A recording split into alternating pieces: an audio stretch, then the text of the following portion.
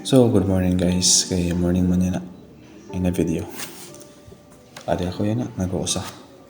Again, feel ko na ako niya na ka-single.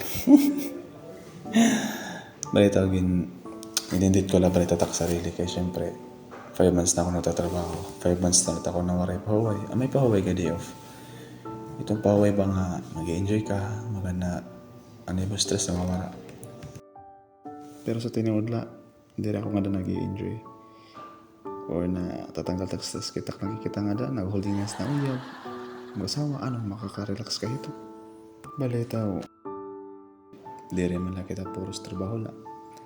So dapat may nagap kita panahon na itong kalugaringon. Nag-treat na ito na itong sarili. I-enjoy ito itong sarili. Asya napapasalamat ako kan Lord na gitagan ako niya ngayon. Na para lang makag-relax ito sa sarili. Para at makakulang talaga mga problema na umagi ako. Pero bisan ano pa man ang mabot na problema atong kinabuhi, ayura kita kawarahin paglaom. Tanan mi ito rason kung gianong kito gitagang kahit na problema ni Lord. Dire ito Lord na hatag yung problema nga dire nimo nakakaya. So as if kita dapat laban na kita.